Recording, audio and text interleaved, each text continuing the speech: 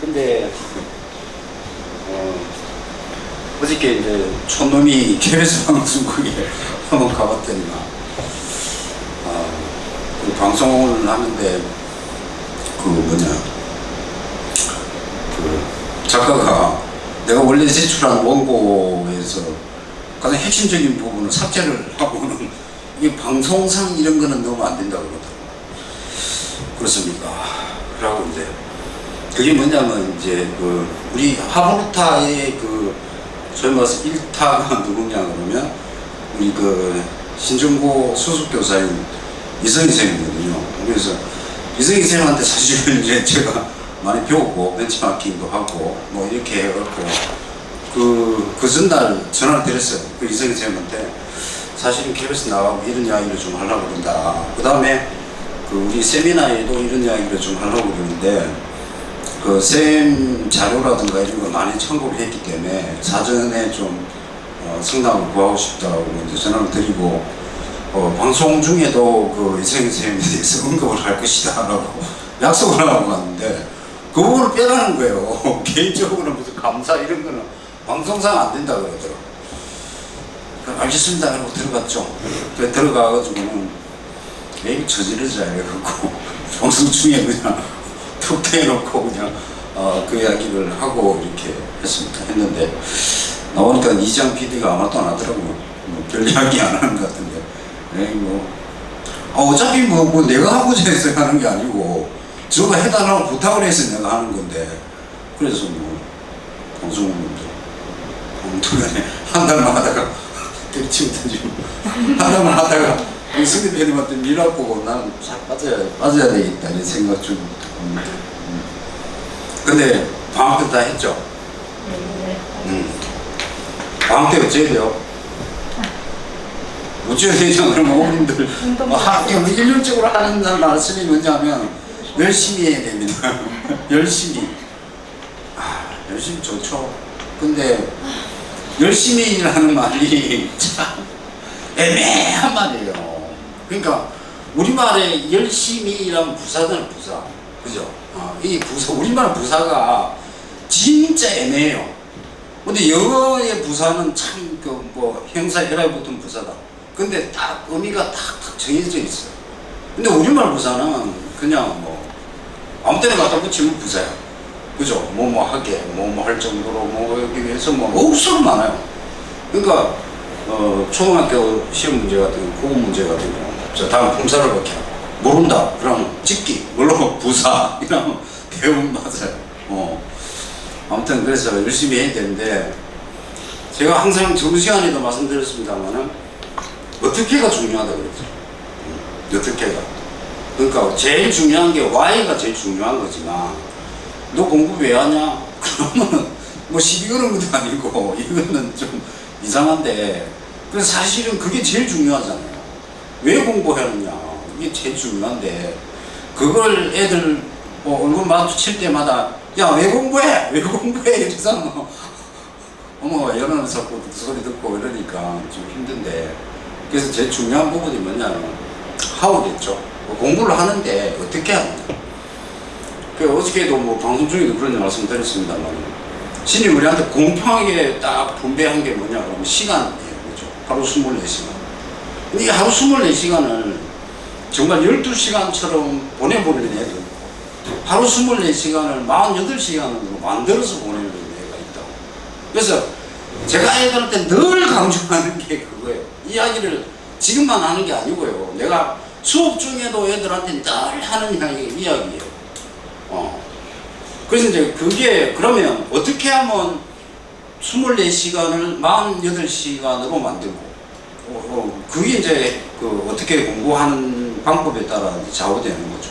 근데 사실은 24시간을 48시간을 만드는 가장 핵심이 일단 공부하면은 뭡니까? 집중력, 사고력, 기억력 이 세 가지거든요. 다른 거 없거든요. 딱 세 가지거든요. 그러니까 기억력을 바탕으로 사고력을 확장하고 또 집중력을 발휘하고. 그러니까 제가 말씀드리는 24시간을 48시간으로 만드는 해법은 다른 게 아니라 집중력을 해야 됩니다. 집중력. 그래서 내가 애들한테 이런 얘기 해요. 오늘 공부할 때 저녁에 7시간을 하면 그 7시간을 A라는 학생과 B라는 학생이 동시에 스타트를 했다고 합시다. 했을 때 A와 B, A가 얼마나 집중하느냐에 따라서 뭐 7시간 똑같은 시간을 공부하더라도 이게 14시간이 될 수 있고 또 그보다 줄어들 수도 있고 그거는 이제 관건이 어디 있느냐 그러면 집중력의 차이라는 거죠. 그래서 집중력을 높일 수 있는 방법이 오늘 제가 이제 말씀드릴 부분인 이게 그 메타인지라는 부분입니다. 그래서 사실은 제가 그 어머님들하고 활약이 억수로 많아요. 억수로 많아요. 저번 첫 시간 때도 활약이 너무 많아가지고 시간이 오버돼가지고 문제가 생겨가지고 사무실에서 뭐라 그러더라고. 시간 좀 제발 좀 지키라고. 그래서 오늘은 좀 쓸데없는 말 안 하고 핵심적인 이야기만 좀 하고 가려고 생각합니다. 그래서 일단 보죠. 일단 보면은 자 메타인지란 무엇인가?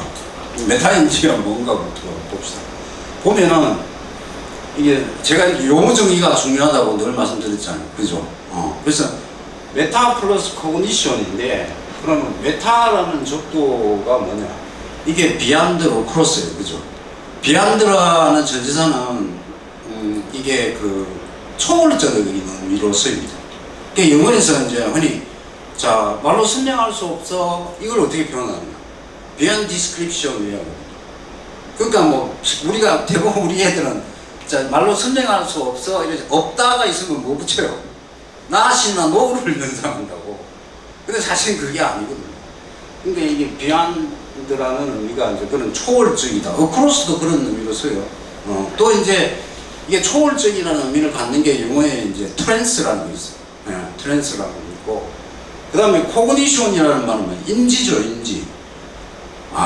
우리 애들 보고요. 그 cognition의 뜻을 얘기해라. 그래서 그러면 이제 대부분 이제 사진 찾으면 인지 뭐 이렇게 나온다고. 근데 우리 애들 요즘 애들이 뭐가 안 되느냐면 그 인지란 말은 뭐야? 우리말이에요, 한자말이에요? 한자말이잖아요. 그러니까 한자를 모르니까 인지라는 의미를 캐치를 못해요. 인지라는 말을.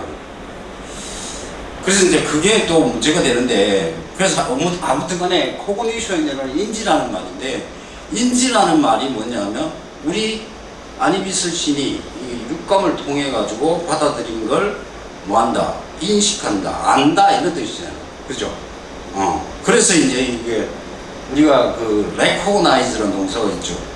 그게 이제 알아채리다, 뭐 확인하다 이런 뜻인데, 이제 그런 의미니까 이 코그니션도 어떤 뜻이냐 그러면 이게 뭔가를 인식을 해서 확인한다는 얘기거든요. 확인한다. 근데 메타라는 거하고 같이 이제 연결해 갖고 생성을 해볼까요? 메타가 초월적이라는 이야기는 눈에 보인다 안 보인다? 안 보이는 거라는 얘기잖아요. 그 눈에 안 보이는 게 뭐예요? 눈에 안 보이는 게 인비지블이 뭐냐? 그게 에듀케이션이죠. 교육이죠. 교육이 눈에 보입니까? 안 보이잖아요. 그러니까 이게 생각을 얘기하는 거죠. 생각을. 안 보이는 부분. 그러니까 자기의 생각을 다시 알아차리는. 자기의 생각이 뭐냐? 그게 뭐냐면 지가 공부한 내용을 어떤 거는 알고 어떤 거는 모른다. 이걸 알아차린다는 거예요. 이 방법을 가르쳐서 메타인지라고 얘기를 해요. 그러니까 공부 잘하는 애는 공부 못하는 애는 차이가 바로 여기서 결정난다고 저번 시간에 말씀드렸죠. 그러니까 공부 잘하는 애들은 지가 모르는 문제만 풀어요. 그게 효율적이죠. 아는 문제 왜 또 풀어요? 그러니까 바로 이게 가장 중요한 포인트인데, 그래서 자기가 뭘 알고 뭘 모르느냐, 이걸 학습하는 방법이 메타인지 학습법이라는 겁니다. 그래서 이거 우리 한글 사전에 뭐라고 풀어놨나를 좀 적어놨네요. 자신의 인지 과정에 대해 생각하고 자신이 아는 것과 모르는 것을 자각하는 것과 스스로 문제점을 찾아내고, 자, 스스로 문제점을 찾는다라는 것을 모니터링 한다, 이렇게 얘기해요. 모니터링 한다. 모니터링이라는 얘기는 자기 평가하고 객관화한다, 이 말이죠. 뭐 한마디로 우리 잘 아시잖아요. 소크라테스가 know yourself. 그죠? 너 자신을 알아. 이거예요, 이거. 그러니까 소크라테스가 한 이야기가 바로 메타인지를 언급한 거예요. 메타인지. 그 다음에 자신의 학습 과정을 조절할 줄 아는 지능과 관련된 인식이다. 조절한다는 게 제일 중요한데, 그죠? 이게 잘 안 되잖아요, 사실은. 사람이기 때문에. 그래서 컨트롤이 잘 안 되는데, 그러니까 자기를 잘 조절하려면 뭐가 필요하겠죠? 플랜이 필요하겠죠. 계획도 세워야 되고, 그 다음에 계획했던 거를 얼마나 실천했느냐 이런 것도 체크할 필요가 있고, 이런 과정이죠. 그 다음에 두 번째 발달 심리학자 존 블라벨이라는 사람이 한 이야기를 한번 훑어볼까요? 한 인간의 고유의 인지 과정뿐 아니라 그와 관련된 것들에 대한 지식을 가리킨다. 내가 A를 학습할 때 B를 학습할 때보다 더 어려움을 느낀다는 것을 알아채는. 그러니까 문제를 이렇게 공부를 하다가 이거 되게 어렵다. 그건 뭐야? 메타인지 단계에 왔다는 거. 되게 어렵다는 걸 깨닫는 거. 그 자체가 메타인지 단계에 왔다는 거. 그 다음에 C를 사실로 받아들이기 전에 다시 한번 확인해 봐야 되겠다. 이거는 뭐야? 애매한 게 생기는 거죠. 내가 이거 알 듯하고 모를 듯한데 이걸 캐치하는 과정이 바로 메타인지라는 거죠. 그러니까 흔히 우리 애들 공부하면 뭐 이런 식으로 안 하잖아요. 안 하고 그냥 어째요? 무조건 보면서 듣고 보고 뭐 이러잖아요. 그래갖고 이제 엄마 나 5시간 공부해서 자꾸 다시 공부하면 뭐하냐? 차라리 2시간 집중적으로 하고 3시간 놀자. 이게 저희 교육 철학이고 2시간 집중적으로 하고 3시간 놀자. 자, 우리 인류의 저성과 메타인지의 관계를 한번 살펴보겠습니다. 자, 첫 번째 나오는 이 소크라테스 이야기죠. 이게 이제 너 자신을 알라를 푸는 거예요. 근데 우리가 일반적으로 너 자신을 알아만 알잖아요. 근데 그 다음에 한 말이 이 말이에요. 이 말이라고. 그러니까 이게 그들과 나는 아름다움이나 선에 대해 사실상 모르고 있다. 하지만 나는 그 사람보다도 현명하다. 왜냐하면 그들은 아무것도 모르면서 알고 있다고 생각하지만 나는 내가 모른다는 것을 알고 있기 때문에. 그러니까 자기가 뭘 모르고 있다. 여기 다 드러나잖아요. 이게 소크라테스라는 위대한 철학자의 어떤 겸손함도 드러나고, 내가 모르고 있다. 무지라는 거 있잖아요. 그죠? 그 다음에 이제 공자님이 논외하신 말씀인데요. 지위지 지지, 부지위 부지, 시지하라. 이렇게 했죠. 이게 무슨 말이냐면, 자, 아는 것을 안다 그러고, 모르는 것을 모른다고 하는 것이 진짜 아는 것이라는 거죠. 그래서 공부의 첫 번째는 뭐냐면 지가 뭘 모르는가를 아는 게 제일 중요하다는 거예요. 제일 중요하다. 자, 성경의 말씀 중에 어찌하여 형제의 눈 속에 있는 티는 보고 내 눈 속에 있는 들보는 깨닫지 못하느냐. 보라, 내 눈 속에 들보가 있는데 어찌하여 형제에게 말하기를 나로 내 눈 속에 있는 티를 빼게 하라 하겠느냐. 의식하는 자여, 먼저 내 눈 속에서 들보를 빼어라. 못하네요. 외식이 아니죠. 외식하자는 게 아니고 의식하는 자여. 성경에도 이 말씀이죠. 이거는 뭐냐면 뭘 하자는 거예요? 자신부터 하자는 거죠. 자기 눈의 티부터 먼저 알아라 이 말이죠. 그 다음에 이제 불교의 사성제라는 게 있습니다. 그래서 불교가 이제 고집멸도라는 게 있는데 이 고통의 시작은 뭐로부터 나오느냐? 집착으로부터 나온다는 거죠. 이 집착은 뭐로부터 나오느냐? 무명, 모르는 것에서부터 시작한다고 되어 있습니다. 그래서 이게 우선의 학습에서 제일 중요한 게 자기가 뭘 모르느냐. 뭘 모르는 걸 알아야지 뭐가 나오겠어요? 뭘 공부할 거냐는 나올 거 아니에요. 그러니까 뭘 모르느냐를 우선 파악하는 훈련이 필요하다는 거죠. 자, 그 다음에 메타인지 향상 방법에 들어가기 전에요. 그럼 메타인지가 왜 필요하냐? 이 부분은 제가 말씀을 좀 언급하고 가야 될 것 같아가지고 EBS에서 상위 0.1% 비밀이라는 프로그램에서 고등학생 한 60만 명 중에서 상위 한 800명 하고 일반 학생 700명의 IQ 기억력, 그 다음에 연산력, 부모의 학력이나 소득, 그 다음에 거주 지역, 토목구 여부, 이걸 비교 조사를 했답니다. 차이가 있을까요, 없을까요? 차이가 없더랍니다. 전혀 없더랍니다. 그러면 이제 어디에 차이가 있느냐면, 인지심리학자 김경희 교수가 이걸 바탕으로 분석을 하니까 바로 제가 언급한 뭘 모르고 뭘 아느냐의 차이더라고요. 이게 메타인지의 차이가에서 이게 기인됐다는 거죠. 그래서 0.1% 학생은, 상위 0.1% 학생은 뭐냐면, 기억력은 사실은 두 집단이 비슷한데 기억한 단어를 예측하는 테스트를 하니까 결과에 차이가 있더라고요. 그래서 이제 그 일반 학생들은 일반적으로 아는 것과 모르는 것의 차이를 모르는 거죠. 지가 뭘 알고 지가 뭘 모르는가를 모르는데, 상위 0.1%는 그걸 알고 있더라는 거죠. 그 차이라는 겁니다. 그래서 메타인지의 차이라는 겁니다. 자, 그래서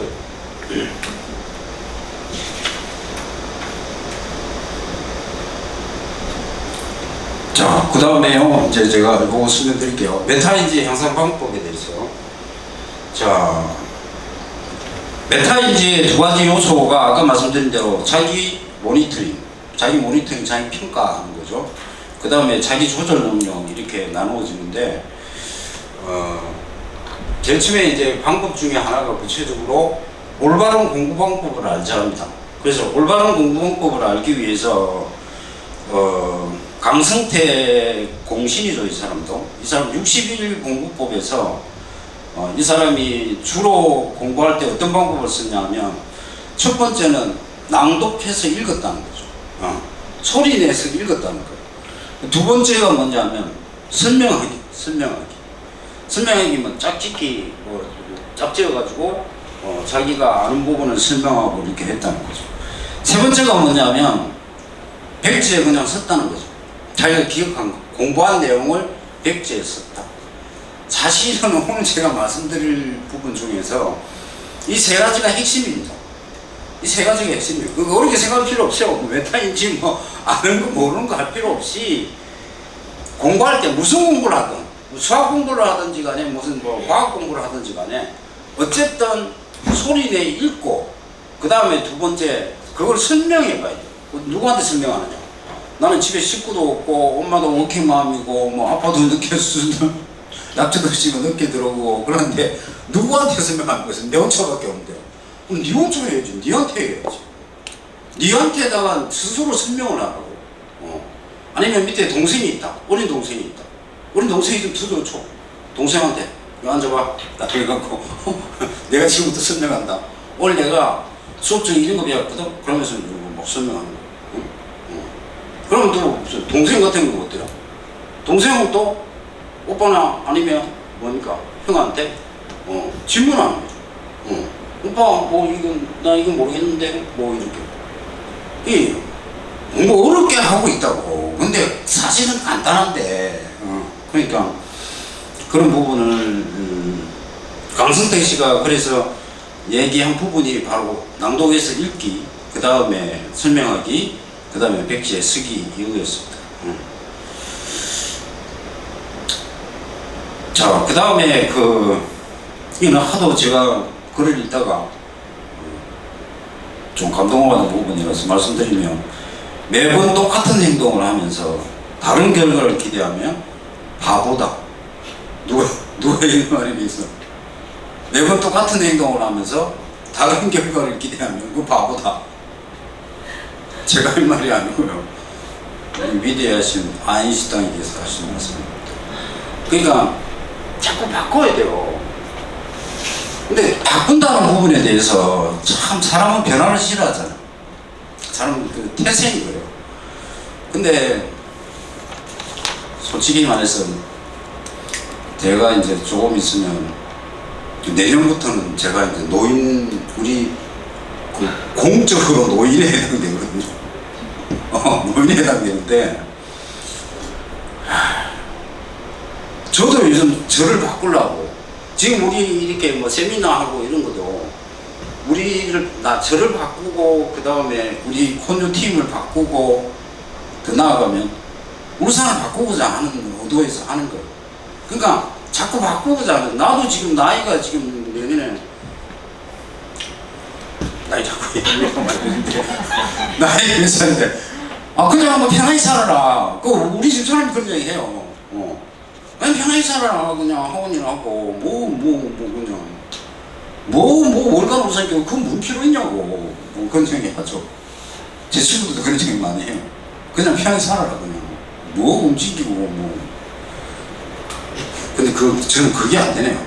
그게 타고난 어떤, 좀 대의행을 몰라도, 저는 뭐가 좀 좋은 거 있으면 이렇게 공부해야 돼요.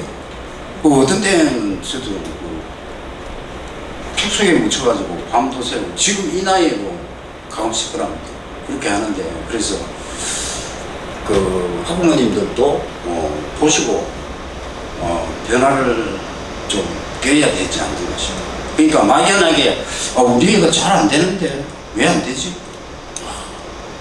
나를 닮았나? 자꾸 그런 생각하지 마시고 후천적이라고요. 자꾸 바꿔줘야 돼요. 윤석열이도 그런 얘기 했잖아요. 공간이 의식을 지배한다. 청와대 옮기면서. 그러니까 자꾸 바꿔줘야 돼요. 그러니까 예를 들어서 여러분들 저런 거 있습니까? 시간 없는데. 시간 없는데.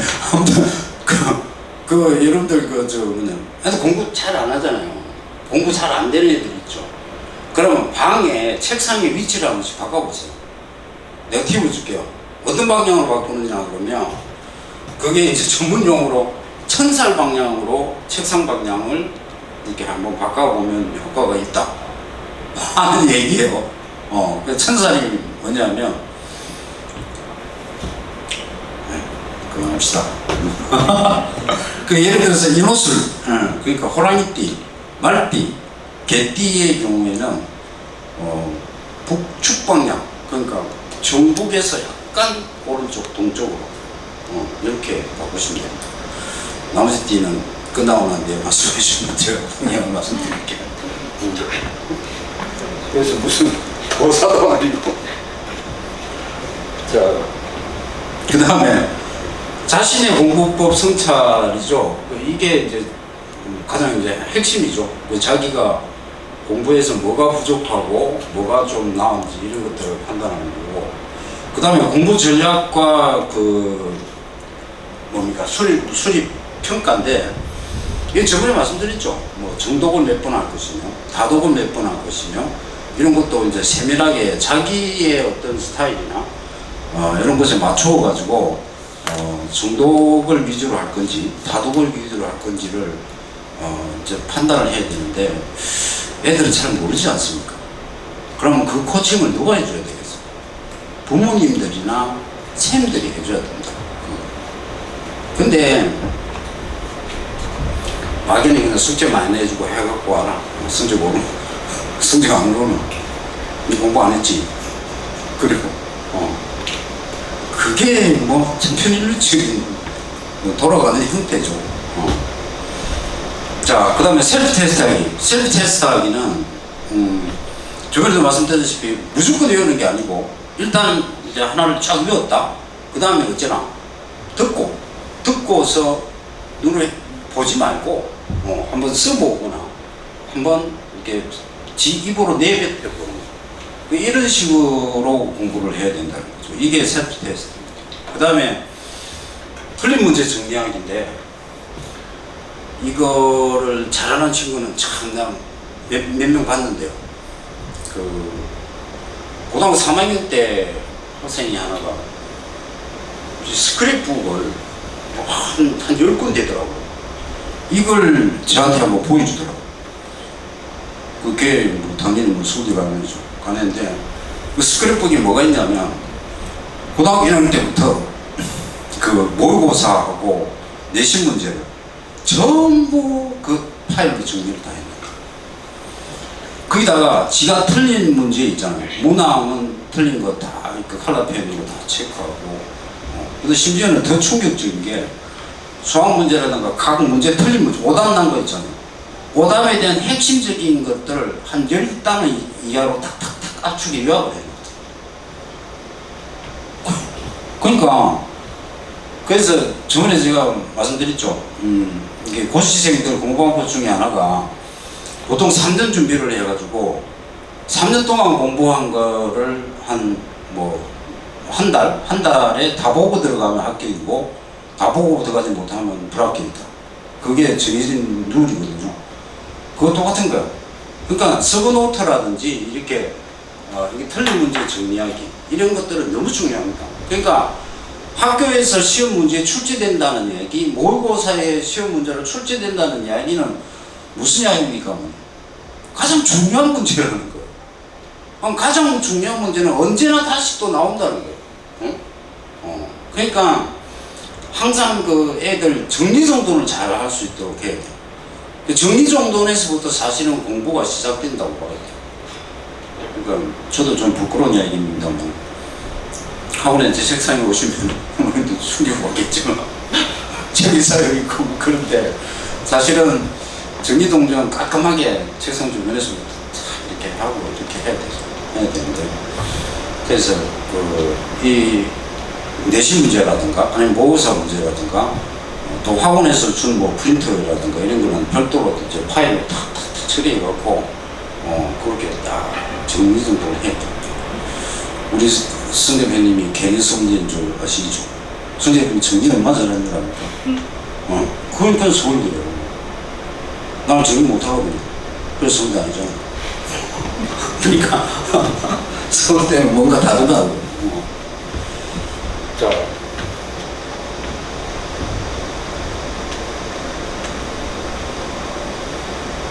그 다음에 메타인지 공부를 그러면 어떻게 할 거냐. 이거는 이제 똑같은 얘기예요. 하브루타, 설명하기, 기억해서 쓰기, 질문하기, 테스트하기, 토론과 논술인데 이게 다 하브루타죠. 이게 다 하브루타예요. 하브루타가 뭐냐? 설명하기, 또래 가르치는 거죠. 또래 가르치는 거.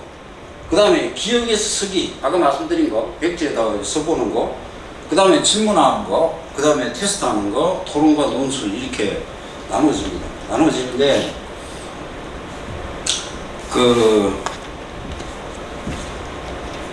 하브루타에서 이제 하나가 딱 빠진 게 뭐냐면 이 하브루타 대신에 들어가야 될 부분이 낭독하기입니다. 낭독하기. 소리 내 읽는 거예요. 그러니까 소리 내 읽고 설명하고 기억해서 써보고 질문하고 테스트해보고 토론과 논술이다. 근데 제가 보기에는 우리 애들 여기서부터 안 돼요. 질문해라 그러면 안 하죠. 그러니까 안 하는 거 자꾸 시키려고 하면 힘들다고요. 그래서 저는 딱 3개만 요구합니다. 낭독하고 소리내 읽고 설명하기 하고 기억해서 쓰라. 이거면 충분해요. 그 다음에 질문은 사실 뭐 좀 내성적인 애들은 질문 안 하잖아요. 뭐 그것까지 뭐 성향까지 바꾸고 갈 수는 없으니까. 그래서 이 3개 포인트만 가지고서 여러분들이 좀 자기 애한테 맞는 방법을 찾아내면 여기에 해법이 있지 않을까 이렇게 생각합니다. 그래서 하브루타라는 게 바로 저거다라는 말씀을 드리고 싶습니다. 자, 5번째요. 메타인지와 학생부 관련입니다. 근데 학생부는 뭐 다음 8월 달에 제가 지금 8월달 첫 설명회를 계획하고 있는 게 첫 설명회가 영어만 가지고 대학 갈 수 있다. 진짜로? 대학 갈 수 있어요. 갈 수 있어요. 최소 국민대는 인서울 중에서 최소 국민대는 갈 수 있어요. 그래갖고 그러니까 특기자 전형하고 제외 국민 전형에 대해서 제가 설명을 좀 드리려고 합니다. 자, 여기 뭐 기왕 지금 학생부 뭐 세턱 자기소개서 나왔는데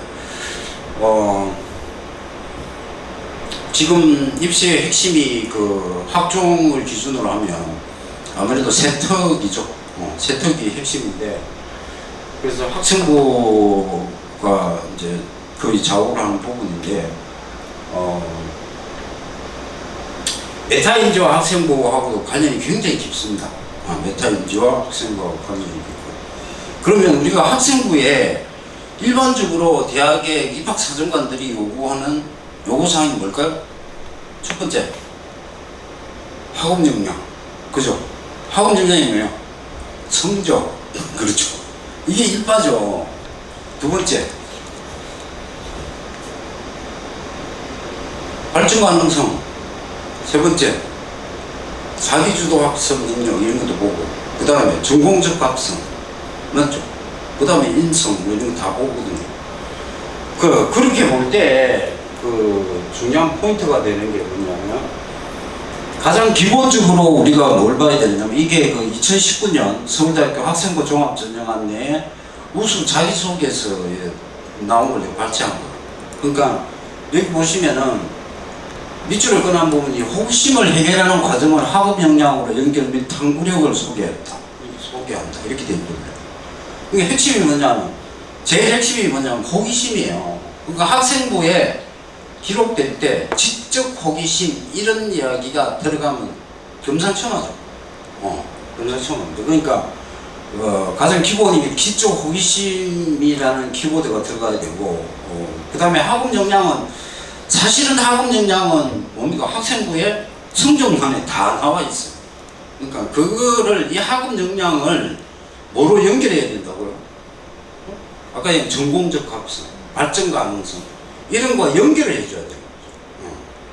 조금 이따가 옛날 학생부 기록해놓은 거하고 최근의 학생부의 트렌드를 좀 비교하면서 설명을 해드리도록 하겠습니다. 자, 거기에 보면 정의롭다고 알려진 것들은 의심없이 믿어야 한다. 정의롭다고 하는 것은 의심없이 믿어야 한다. 그 다음에 탄소 나눔형 N형 반도체를 구성하면 어떨까? 전부 다 뭐예요? 일종의 물음표가 땡 있어요. 그죠? 이게 Y라고. Y. 저런 내용이 들어가면 좋다는 거죠. 왜라는 걸 자꾸만 이렇게 되짚어야 된다. 탄소 나누면 N 반도체 나오는 게 이름 뭘까요? 재료공학과 애들. 그죠? 재료공학과. 그 다음에 왜 하필 유클리드 체계인가? 유클리드는 수학부가 있죠. 그죠? 그 다음에 호기심을 해결하기 위해 적극적으로 행동하며 또 다른 궁금증을 해소하기 위해서 지식을 확장하며 심화하는 즐거움을 잘 알고 있습니다.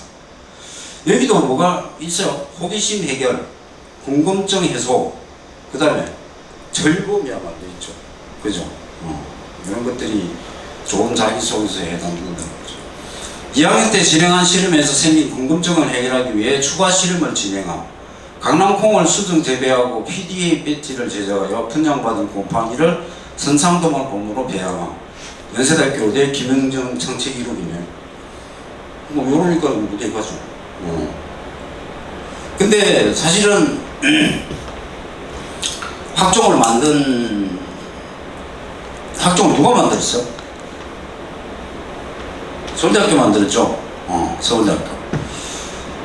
근데 서울대학교에서 학종을 만들었는데, 그 학종을 만들어 가지고 사실은 이걸 보는 대가 어딥니까?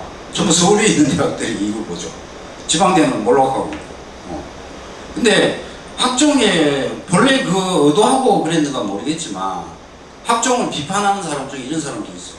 서울대가 특목고 아이들을 뽑기 위해서 학종을 만들었다, 이런 얘기가 있어요. 그럼 왜 특목고를 뽑느냐? 특목고를 뽑으면 일단 대학교에서 장학금을 줄 필요가 없다. 왜? 부모들이 다 괜찮다는 거죠. 그 다음에 특목고 애들 말 잘 들어요. 대학 들어와서 공부시키는 거. 공부 열심히 하고. 그걸 하기 위해서 만드는 게 그 학생부 종합전형이다, 이런 얘기도 있어요. 그걸 학생부 종합전형을 좀 비판적으로 바라보는 시각도 이제 그런 게 있다는 거죠. 그런 게 있는데, 아무튼 이 학생부 종합전형이, 저는 개인적으로는 생각합니다. 학생부 종합전형이 어쨌든 계속 활성화되고, 학생부 종합전형이 적어도 한 50%는 차지해야 된다고 저는 주장해요. 왜 그러느냐?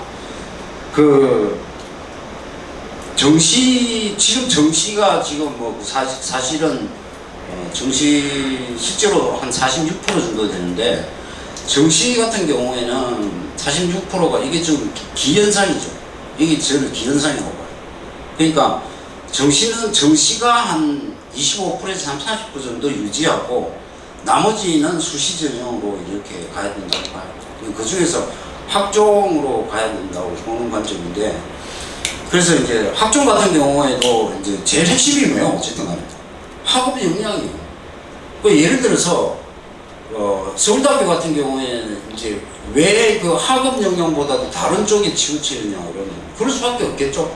서울대학교 시험을 낸 애들은 서울대학교 예를 들어 경영학과다. 경영학과 애들끼리 전투차가 많이 나겠어요? 별로 안 납니다. 그러니까 이 학생 뽑아도 되고 저 학생 뽑아도 아무 상관없어요. 문제는 뭐냐면 이런 이제 뭐 지적 호기심을 가졌다든가 발전 가능성, 전공적 합성, 인성 뭐 이런 것들을 판단할 수밖에 없죠. 그렇지만 지방대학교는 아예 성적부터 봐야 되잖아. 저거는. 그러니까 그런 현상들이 좀 많이 있습니다. 다음 기회에 말씀드리기로 하고요. 자, 그 다음 거를 한번 봅시다. 요거는 이제 올해네요. 올해 서울대 학생부 종합전형 안내서에 서울대를 준비하는 후배들에게 하고 싶은 이야기 내용인데, 핵심은 뭐예요? 질문했다는 거예요. 질문이란 글자가 들어가면 저게 이제 입학사정관들이 제일 좋아한다는 거죠. 질문. 이게 이제 메타인적 관련이 있기 때문에 설명합니다. 그러니까 수업에서 끊임없이 질문했습니다. 한 수업마다 평균 5개 이상의 질문을 항상 했던 것 같습니다. 질문은 배움의 질을 높여주고 지식을 비판적으로 수용하게 해줍니다. 또한 질문을 통해 다른 학생들도 몰랐던 것을 같이 알아갈 수 있습니다. 새로운 것을 쉽게 받아들이지 않으려는 태도가 주의식 교육의 문제로부터 저를 벗어나게 해주었습니다. 그 질문을 많이 해야 된다. 자, 그 다음은요, 2019년 학생부 종합 안내서에 우수 자기소개했습니다. 사문대 수학교육과인데요. 이게 친구 가르치기예요. 친구 가르치기에 대한 내용이 여기 있습니다. 그래서 이제 얘는 친구 가르쳐주는 것도 좋아하지만 뭐냐면 쉬는 시간에 질문 하나씩 하자는 운동을 지가 주도적으로 했다는 거예요.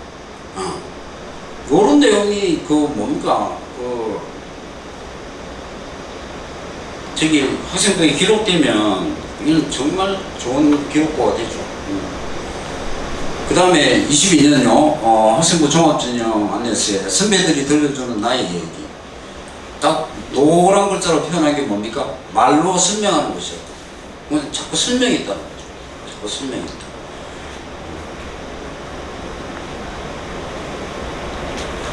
자, 아까 말씀드린 학생부 비교를 한번 해볼까요? 해보면 10년 전의 학생부 뻔하죠? 뻔합니다. 바르고 적극적인 수업 태도로 타의 모범이 되며 학업 능력이 우수한 학생이다. 저도 기억납니다. 저도 아마 이런 배움 받았던 기억이 있는데, 그 다음에 두 번째 거는 교사의 창문 실력이 뛰어난 경우입니다. 2012년 학생부네요. 논리력과 창의력을 키우며 성실하게 수업에 참여하여 윤리의식이 강하고 민주시민임을 느끼게 하는 학생이다. 그렇죠? 그런데 2016년부터는 좀 달라지죠. 어떻게 달라집니까? 수업을 보여주기 식으로 수업을 글로서 보여주는 거죠. 생명과 윤리 단어를 학습하며 사회적, 경제적 사유와 낙태 허용력으로 토론했다. 그 다음에 이제 요거보다 조금 나은 게 밑에 거야. 점검적 가수성 2010년 학생부인데요. 생명과 윤리 단어를 학습하며 동물 실험과 동물의 권리 문제에 대한 고민을 담은 수행평가를 보고서를 작성했다. 고민이라는 그렇죠. 공부는 고민해야 됩니다. 그죠? 그 다음에 학생의 수준을 보여주는 최상의 학생부 같습니다. 사회적, 경제적 사회와 낙태 허용 여부를 칸트의 의무론, 아퀴나스의 자연법 사상의 관점에서 발표했다. 대단하죠. 이거는 이제 칸트의 의무론, 아퀴나스의 자연법. 이걸 학생이 썼을까요? 아니면 학교쌤이 썼을까요? 학교쌤이 썼다면 학교쌤 공부 많이 하신 분. 그죠? 그러니까 이번에도 말씀드린 거 몰라도 올해 이제 그 울고가 가장 입시 실적이 좋았잖아요. 입시 좋았는데 그 이유가 뭐냐면 사실은 그 울고 교감 김주호 교감 좀 전에 제가 동안 김주호 교감이 이 컨설팅을 제일 잘해요. 그 학교 학생들 중에서. 그래서 이제 자기가 교감으로 부임하자마자 싹 바꾼 거예요. 쌤들을 교육시키는 학생부 정규 요령부터 그거예요. 그거 하니까 입시 실적이 팡 튀어오를 수밖에 없어요. 저하고 선 대표님이 지금 울산에서 활동하지만 실제 집은 다 양산 서창입니다. 그래서 서창이 그 이제 유명한 자사고가 있습니다. 그 유명한 자사고가 하나가 있어요. 근데 이제 그 유명한 자사고가 한때 몰락을 한 거예요. 이렇게 그 원래 그 웅산고등학교하고 이제 그 유명한 자사고가 효안고인데 이 효안고가 경남에서 유명한 자사고예요. 청고만큼은 안 되지만 그래도 유명한 자사고인데 제 아들도 거기 나왔거든요. 그런데 아무튼 그 효안고가 한때 몰락의 길을 걸었어. 그리고 이사장이 굉장히 화가 나가지고 그 현직에 있던 교장선생님 잘라보고 누구를 교장으로 앉혔냐면 새파란 그 당시에 경남 일대에서 컨설팅으로 제일 유명하신 쌤을 교장으로 전격 발탁을 그래놨더만 바로 2년 뒤에 효안고 역사상 가장 입시 실적이 좋았습니다. 그게 뭐예요? 똑같은 게요. 그 자기가 학생부를 적는 방법을 아니까. 그러고 입학사정관도 해봤거든요. 그러니까 쌤들을 가르친 거예요. 쌤들 이렇게 적어주십시오. 그러니까 좋을 수밖에 없는 거예요. 그러고 이제 뭐 울산의 남구에 뭐 가장 하고 싶은 고등학교 1순위 한번 학과입니다. 신정고. 왜 그럴까요? 그 쌤들이 학생부를 그렇게 잘 관리를 한다는 거예요. 그게 관건이에요. 그래서 이제 이 학생부 이야기를 잠깐 들었습니다. 학생부까지 할 필요가 없습니다. 자, 그 다음에 하브루타의 낭독하기인데요. 낭독하기인데 요거도 이제 실험을 해봤더니나 목독팀하고 낭독팀을 나눠가지고 1차 테스트 평균을 쳐봤더만 목독팀이 36, 그 다음에 낭독팀이 50.5 낭독하는 게 낫죠. 그 다음에 이제 이게 역할을 바꿨대요. 이렇게 바꿔가지고 시험을 테스트하니까 낭독팀이 역시 낫더래요. 57.5%예요. 그래서 자꾸만 소리내 읽어야 됩니다. 그죠? 그래서 요즘 애들은 그러잖아요. 이렇게 나이 든 사람 보면은 꼰대다, 아재다, 자꾸 나이 든 사람 이야기 들을 생각도 안 하고 그러는데 사실은 그래서 우리가 옛날 거를 다 버리면 안 되죠. 옛날에 우리 하늘 전 따지 이러면서 그 동네에 이렇게 했잖아요. 여러분들 제가 부산 출신인데 옛날 제가 어릴 때 우리 동네 옆에 일본 남녀 호랭고교인가 막 그런 팀 있잖아요. 그거 옥수수 무섭거든요. 밤에 뜨거든요. 그래서 이제 어린 시절에 지나다니면서 그 소리를 들으면서 자랐는데 그것도 마찬가지죠. 이게 소리내 자꾸 읽는 거예요.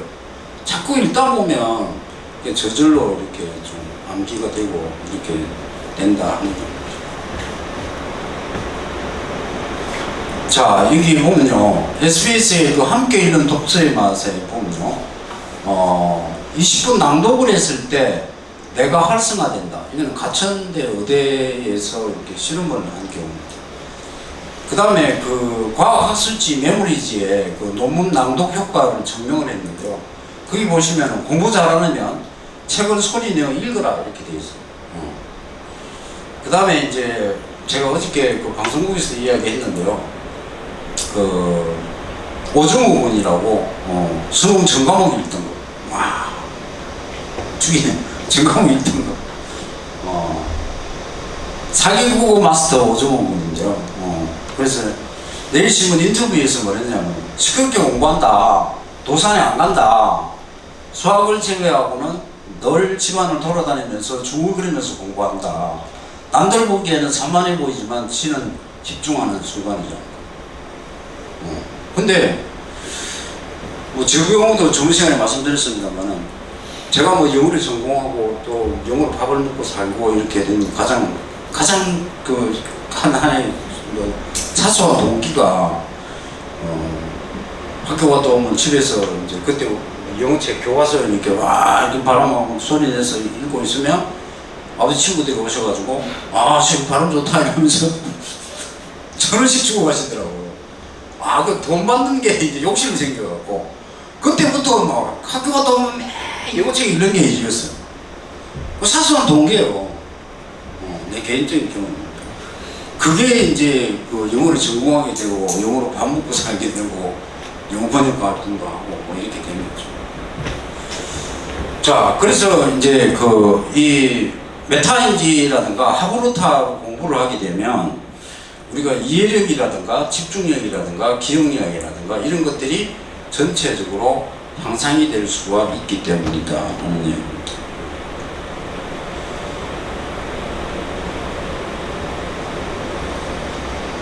자, 그 다음에 1번째 설명하기인데요. 여기 이제 그 피라미드 도표를 제가 제시를 해놨는데요. 보시면 알다시피 그 듣기만 했을 때가 제일 학습 효율이 떨어지죠. 5%밖에 안 돼요. 근데 서로 설명하기가 90%예요. 그죠? 서로 설명. 근데 이제 서로 설명하기가 뭐냐면 이제 이게 비단 하브루타가 유대인의 공부 방법인데 미국의 교육 제도 중에서도 피어 투 피어 튜터라는 제도가 있어요. 그게 뭐냐면 바로 또래들 가르치는 거예요. 저끼리 가르쳐, 저끼리 이제 가르치는 동작을 주고받고 하고 이렇게 하는 거죠. 이게 바로 이제 서로 설명하는 거고요. 그 다음에 이제 실제로 해보기가 상당히 있죠. 70%. 이게 뭐냐면 강의를 시켜보는 게 제일 좋은 거예요. 그러니까 강의를 시켜보는 게 제일 좋은 이유가 그래서 저는 그 애들 보고 그래요. 오늘도 우리 애들 수업이 있는데 제가 카톡으로 다 오늘 과제물 다 카톡으로 드렸는데 그래서 애들 이제 하나씩 불러내갖고 야 저번 시간에 했던 거 설명해봐라 이렇게 하면 이제 다 드러나죠. 다 드러납니다. 그러니까 뭐 복습을 했는지 뭔지 그러니까 복습을 굳이 뭐냐면 종이로 된 것만 복습이라고 생각하시면 이제 안 되는 세상이에요.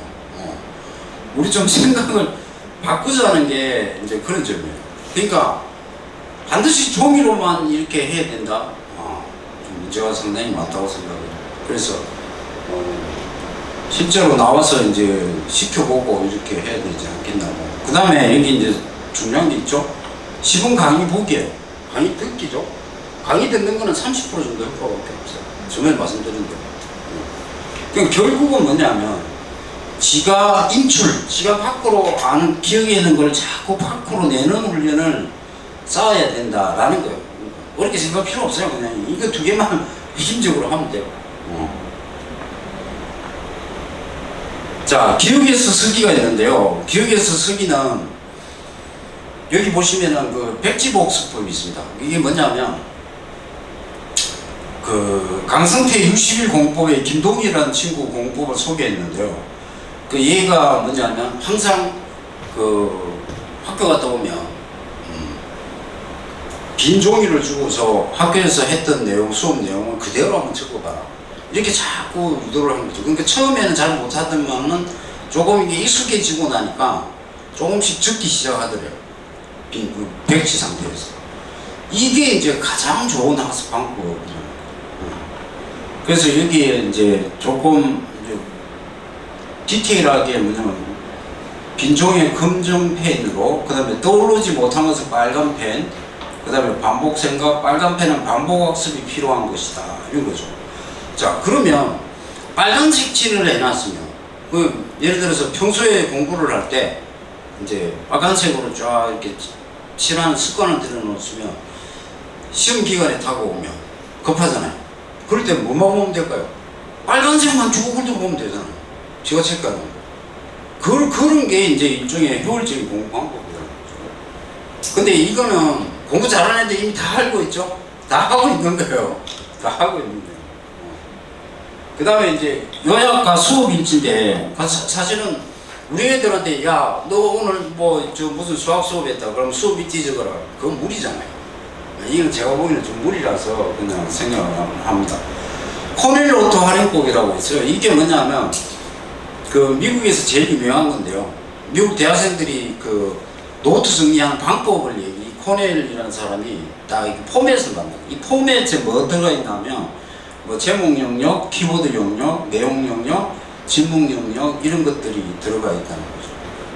그래서 뭐 이거는 굳이 뭐 제가 소개를 안 하더라도 노트는 뭐 자기 취향에 맞춰가지고 이렇게 하면은 되는 부분이기 때문에 제가 별도로 그 언급은 하지 않았습니다. 하지 않았는데,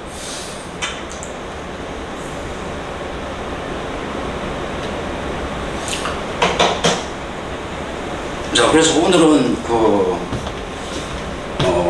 요게 이제 제가 설명드릴 부분인데요. 조금 더 구체적으로 설명을 좀 드리면은, 저번 시간에도 말했다시피 우리가 효율적으로 공부할 수 있는 방법이 그러면 무엇이냐. 요약을 좀 하면 투입과 그 다음에 산출이라는 논리로 보자고 그랬죠. 그러니까 투입과 산출인데, 투입이 뭐냐면 공부를 학습할 때, 학이죠, 학. 많이 듣고, 많이 또 선생님들 강의를 많이 듣고 또 인정을 많이 시키는 게 투입이고, 산출은 뭐예요? 이거를 바탕으로 뭔가 결과를 만들어내는 건데, 이 산출을 잘하려면 뭐가 돼야 돼요? 습이 잘 돼야 된다고 그랬죠. 학습할 때. 익힌 습. 그러니까 공부를 익히는 게 잘 돼야 되는데, 이 익히는 방법이 전번 시간 오늘 제가 말씀드린 거예요. 근데 그렇게 생각하지 마시고, 제가 두 시간에 걸쳐갖고 말씀드린 핵심은 뭘까요? 소리내 읽어라. 그 다음 두 번째, 설명하라. 그 다음 세 번째가요, 기억해서 쓰라. 보면서 쓰라가 아니에요. 보지 말고 써보는 거예요. 그 다음에는 뭘까요? 질문하라. 그 다음에 가급적이면 토론하고, 그 다음에 대화를 통해서 자기 공부를 자꾸 노출시켜요. 이게 핵심인데,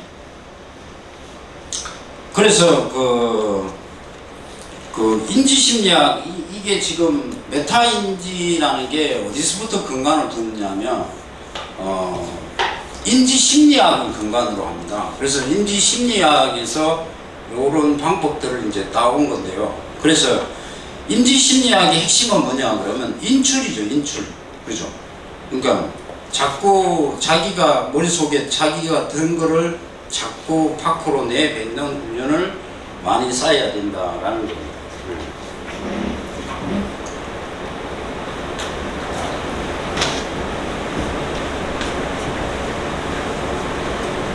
자, 그 다음에 제가 오늘 말씀드릴 부분이 바람직한 힘든 공부법이라고 전번 시간에도 말씀드렸는데, 그럼 바람직한 힘든 공부법은 뭘 말하느냐를 조금 더 구체적으로 설명드리면요. 그 인지심리학자인 그 UCLA 로버트 비목 교수가 EBS의 시험을 시험하다에 출연해서 효과적인 학습과 더 높은 점수를 받고 싶으면 출력하라. 출력하라. 그 반복 읽기는 도움이 안 된다. 그러니까 무조건 똑같은 거 반복 읽기 해갖고는 도움이 안 된다. 그 다음에 이제 어려움을 느낄 때 사실은 학습의 효과가 향상된다고 그랬어요. 그러니까 뭐 저도 옛날에 공부할 때 그냥 우리가 개념 없이 생각 없이 한다라는 말이 있잖아요. 그러니까 그 말이 딱 맞는 것 같아요. 그러니까 뭐든지 이건 생각 없이 하면 되는 게 없어. 되는 게 없어. 그러니까 개념이 있어요. 생각이 있어요. 생각을 갖고 이렇게 공부를 해야지. 그리고 제가 늘 뭐 드리는 말씀이지만, 엄마 아빠가 공부해 임마! 공부해! 왜 공부 안 해? 공부해! 이러면 들어가고 뭐 한다고 그랬어요? 시간 붙였어, 시간. 동그란 걸, 굳이 왜 하냐? 근데 내 주변에 정시간에 얘기했잖아. 우리 애들은 항상 공부할 때 뭘 정해요? 공부 시간부터 정한다. 오늘 다 시간, 오늘 밤새입니다! 맞아서는. 그래서, 그게 아니고, 진짜 공부하는 애들은 어쩐다고요? 분량을 정한다 그러죠. 제가 저번 시간에 고수생도 공부하는 방법 얘기했죠. 책을 책꽂이 꽂는 게 아니고, 이렇게, 지가 오늘 공부할 양은 오늘 5권이다. 그럼 5권 딱 쌓는다 그랬죠. 쌓아놓고, 시간은 몰라. 없어. 그럼 제일 위에 게 제일 밑에 내려갈 때까지 시간 제한 없어. 그럼 그거 다 봤으면. 그럼 퍼지지 하는 거예요. 이틀이고 3일이고. 그러니까 시간에 우리 애들은 자꾸 시간을 정해갖고 하려고 그러는데 진짜 공신들은 분량을 정해놓고 하는 거예요. 분량을 정해놓고.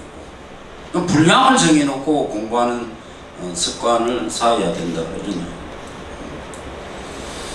그 다음에 이승환 인지대 정신의학과 교수님이 뭐라고 했냐면 너무 편안한 상태, 긴장이 없는 상태에서는 학습이 일어나지 않는다. 그죠? 근데 우리 어머님은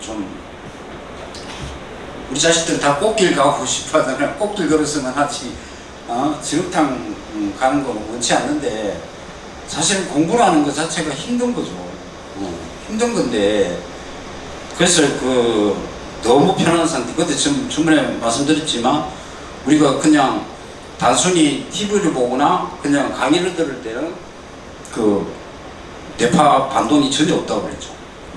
전혀 없다고 그랬어요. 그러니까 너무 편안한 상태. 근데 너무 스트레스가 없어도 공부가 안 된다. 공부가 안 되니까 적당한 스트레스를 줄 필요가 있다는 얘기.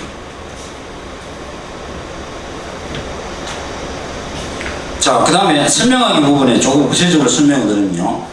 60일 공부의 강승태 씨가 가능하면 답을 알게 된 그 자리에서 설명하라 했어요. 답을 알게 된 그 자리에서 설명을 해보는 게 제일 효과가 좋답니다. 그래서 예를 들어서 수학 문제 하나가 딱 걸렸다. 근데 해결했어.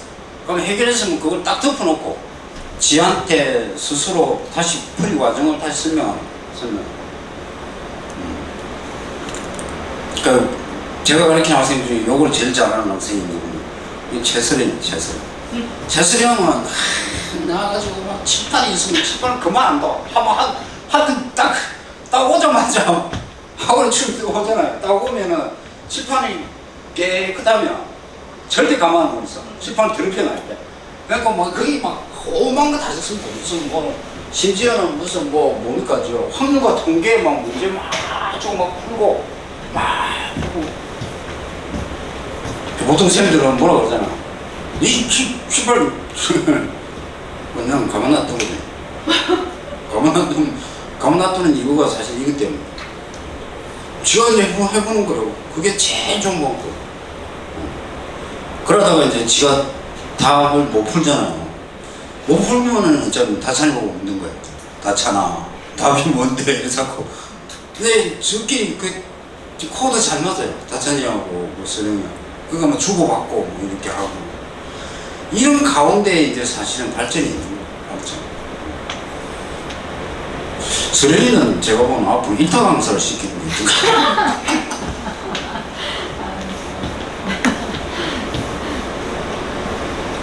자, 그 다음에요.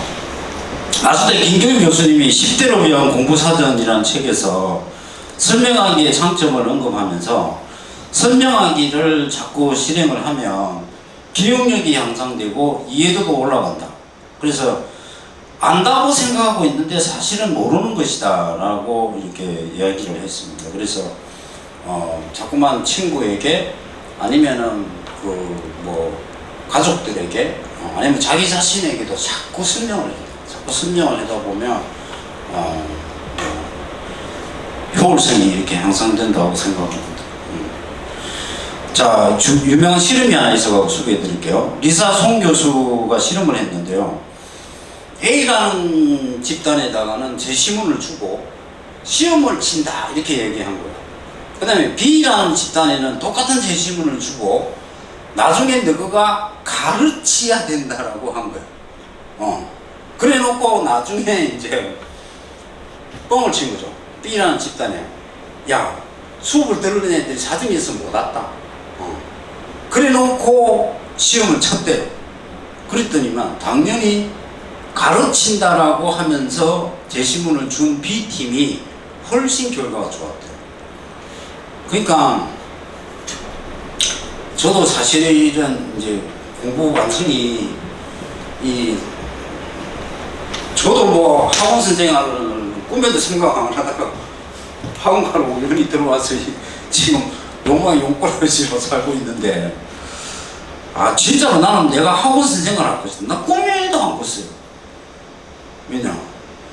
저라치는 아니지만 그래도 국내 유수의 대기업의 핵심 엘리트 사원이었는데 내가 무슨 뭐 학원 강사?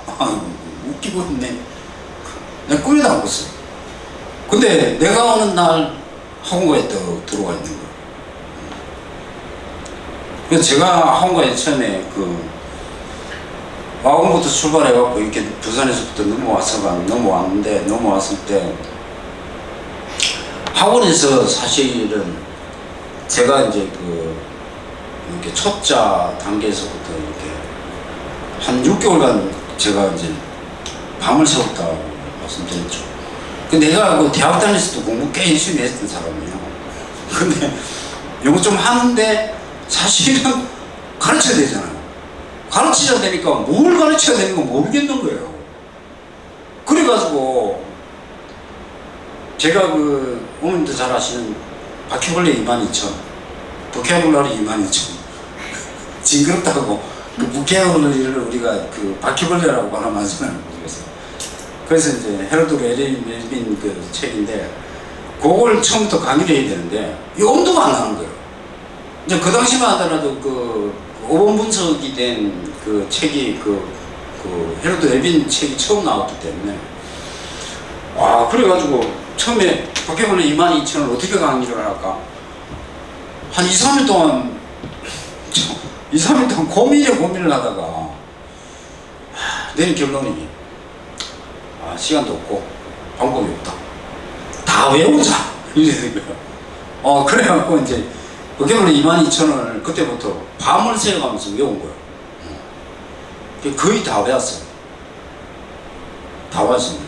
외워가지고 그 다음에는 수업을 어떻게 했냐.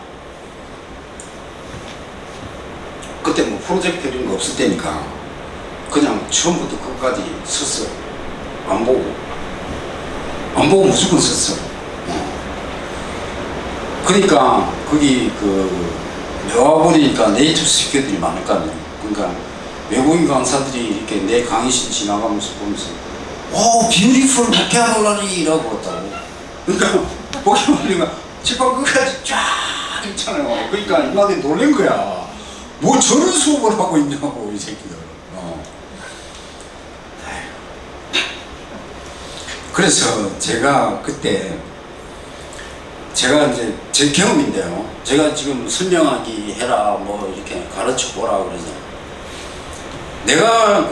내가 제일 영어 공부를 했을 때 내가 이제 영어 뭔가 좀 알 것 같다고 느낀 게 바로 학원 초창기 시절. 내가 가르치면서 자꾸 는 거예요. 가르치면서 자꾸 늘어요. 그러니까 공부 그렇게 할 필요 없다고요. 그러니까 학생이다, 선생이다 이 구분하지 말고 학생은 선생처럼, 선생은 학생처럼 이러면은 서로 이제 상반간에 교류하게 되면요, 역할 분담을 하게 되면 공부는 쉬워진다고.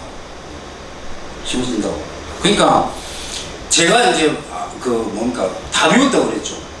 22,000인 단어들 파생형 어원 분석까지 지금도 저는 영어 수업 시작했다 그러면은 단어 수업만 갖고도 한 2시간 애들 갖고 놉니다. 갖고 노는데 옛날 그때 그것 때문에 그래요. 그것 때문에 그런데 아무튼 간에 그때 외워가지고 그냥 끝났으면 좀 별 볼 일 없었죠. 근데 어찌됐든 가르치는 동작이 곁들여졌잖아요. 그걸 외워가지고 계속 가르쳤다고. 가르치니까 이게 이제 자꾸만 학습 효과가 저절로 되는 거예요. AI, 맞죠? 우리 두뇌가 AI처럼 계속 반복해가지고 이렇게 되는 거예요. 그래서 가급적이면 친구나 동생이나 아니면 뭐 엄마 아빠도 좋고 자꾸 가르쳐야 돼, 가르쳐. 그러니까 그게 이제 부드러운 말로는 설명하기죠. 그러니까 설명하기가 핵심이에요. 그냥 자꾸 설명을 해요, 이렇게 설명. 그러니까 이제 애들 보면은 뭐 공부 좀 잘하고 좀 애네들 좀 튀잖아요. 대부분 뭐라 그래요? 아, 저 자식 좀 난처한다 이 자꾸 막 그러잖아요. 근데 사실 난처를 해야 돼요. 친구한테 야, 너 모르지? 내가 가르쳐 줄게. 뭐 이러면서 이래야 돼요. 근데 요즘은 세대가 그렇지가 않아요. 요즘은 하도 경쟁이 심하다 보니까 우리 때는 안 그랬거든요. 우리 때는 친구들 모르는 문제 서로 주고받고 뭐 정보도 교환하고 이러는데 요즘은 안 그래요. 요즘 애들 그 엄마들 때문에 그 엄마들이 그렇게 만든다고. 그러니까 옛날 같으면은 뭐 지금 법이랑 있지만 제가 그 나이도 있고 이래서 이제 학원가를 이제 은퇴할 때도 됐는데 아무튼 간에 내가 학원에 집중 안 하는 이유 중에 하나가 집중 안 한다기보다는 소위 말해서 학원을 뭐 확장한다거나 학원을 더 차린다거나 가능성이 있으면 해야죠. 사업적으로 그게 가능하다면. 근데 그렇게 안 하잖아요. 왜 안 할까요? 학원은 이제 그래 봐야 안 돼요. 그러니까 제가 20년 전에 그 피크를 올렸던 그 심하게 말하면 중국 땅에서 김동수 모르면 간첩이었어요, 진짜. 그런데 내가 통번역 회사로 하면서 학원을 은퇴를 하고 저절로 통번역 회사에서 이제 거의 한 10년 돌다가 다 말아먹고 이제 다시 학원가로 넘어왔는데 학원가로 넘어왔을 때 나이 60에 내가 평강사로 넘어왔어요. 그 나이 60에 평강사를 받아준 사람이 그 성태일 원장이었어요. 다른 사람은 그 받아줄 생각도 안 해요.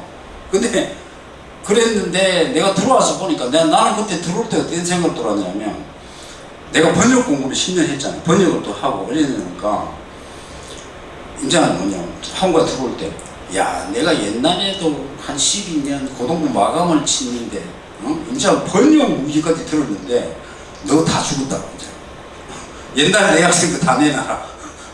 그런 자세로 의기양양하게 딱 학원가 들어왔어요. 근데 학원가가요 진짜 많이 바뀌었어요. 어째 바뀌었느냐면 옛날에는 학부형들이 지금 이제 한 5, 60대 학부모들이죠. 그분들은 이제 학원 정보를 어디서 얻느냐면 대중목욕탕 여탕에서 정보를 얻어요. 그러니까 서로 또 떼밀어 주면서 뭐 어느 학원에 어느 회원이요 그 정보를 다 얻는 거예요. 지금은 대중목욕탕 거의 안 가잖아요. 그러니까 지금은 단절 시대예요. 단절. 그리고 경쟁이 너무 치열하니까 공무원들도 그럴 수밖에 없는 거예요. 그러니까 그러고 이제 좀 강의라든가 실력 면에서 두드러진 쌤들이 사실 학원가를 다 떠났어. 제 주변에 있는 사람. 다 떠나고 아마 이 나이에 지금 수업하고 있는 사람 아마 내밖에 없을걸요. 이 나이에 수업 현장에서 뛰고 있는 사람이. 그래서 이제 그런 면인데 어쨌든 이제 세태도 많이 바뀌었고요.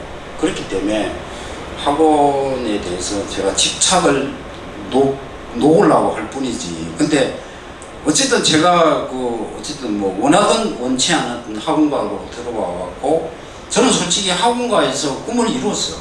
뭐요? 우리가 봉급제의 희망사항이 뭡니까? 억대 연봉이죠. 나는 옛날에 그 학원 봉급제의 생활 강사할 때도 억대 연봉을 받았어요.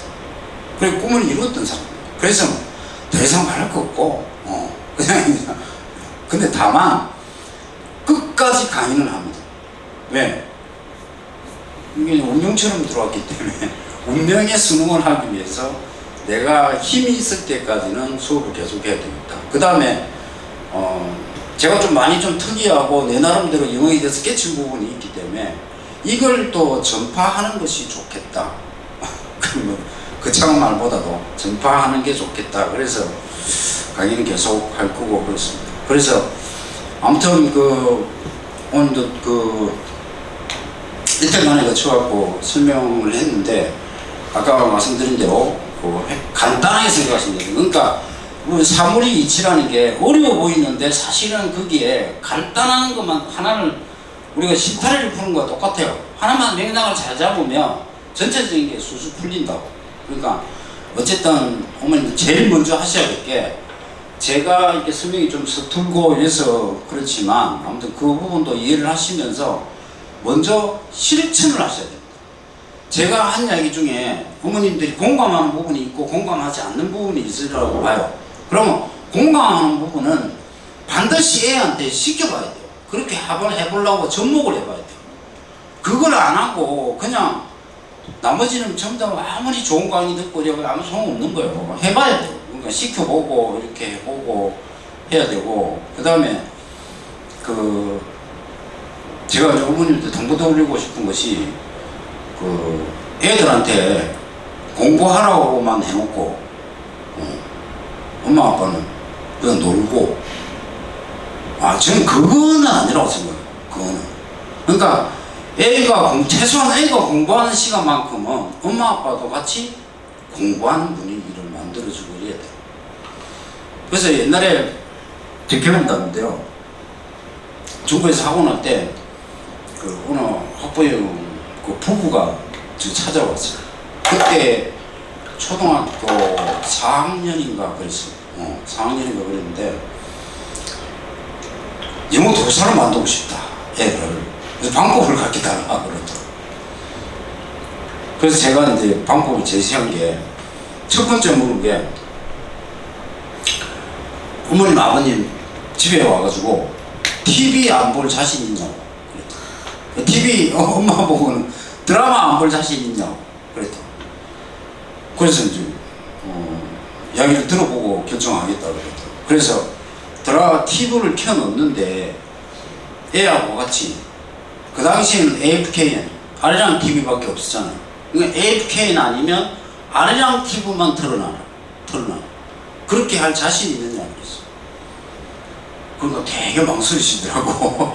드라마를 봐야 되는데 그러더만 해보겠다고 그랬더니 두 번째 제가 제시한 게 뭐냐면 애한테 문법 나발이고 뭐고 이런 거를 먼저 시키려고 하지 말고 그 당시에는 이제 카세트 테이프 있잖아요. 카세트 테이프만 애들 물어보지도 말고 매일 1시간씩만 규칙적으로 틀어만 줘. 묻지도 마라. 너 뭐 들었니? 이런 건 묻지 말고 계속해서 테이프만 반복해서 틀어주라. 6개월을 그렇게 하라고 그랬어. 제가 제시한 그거밖에 없어. 그랬더만 이 엄마들이 참 순진한 엄마 아빠예요. 그들이 한 거야. 그 6개월 뒤에 또 찾아왔어. 찾아와가지고 그 카세트 테이프 들어준 거 있잖아요. 그리고 얘가 그러더니 엄마한테 엄마 나 영어가 들려 이러더래요. 그래갖고 그 카세트 테이프를 틀어주고 엄마가 영어가 스펠링도 안 배웠으니까 그 한글로 한번 들리는 대로 써봐라 그랬대. 정확하게 썼다. 그때부터 이제 학원으로 오십시오 이래갖고 이제 문법 가르치고 이랬잖아. 걔가 지금 뭐 하느냐 동시통문서 때 있습니다. 이화여대 통문역 대학원 대학도 입어야 된다고. 그래서 그런 경험이 있습니다. 아무튼 뭐 이 경험 이야기 하다 보면 끝도 없고 끝도 없기 때문에 아무튼 오늘 하고 이제 이틀 동안 한 내용을 가지고서 어머님들 한번 되짚어 보시고 조금 공감하는 부분이 있으면 하나 두 개씩 좀 실천에 옮기시면 학습의 효과가 많이 생기지 않을까 생각합니다. 오늘은 조금 한 10분 일찍 마치네요. 마치겠습니다.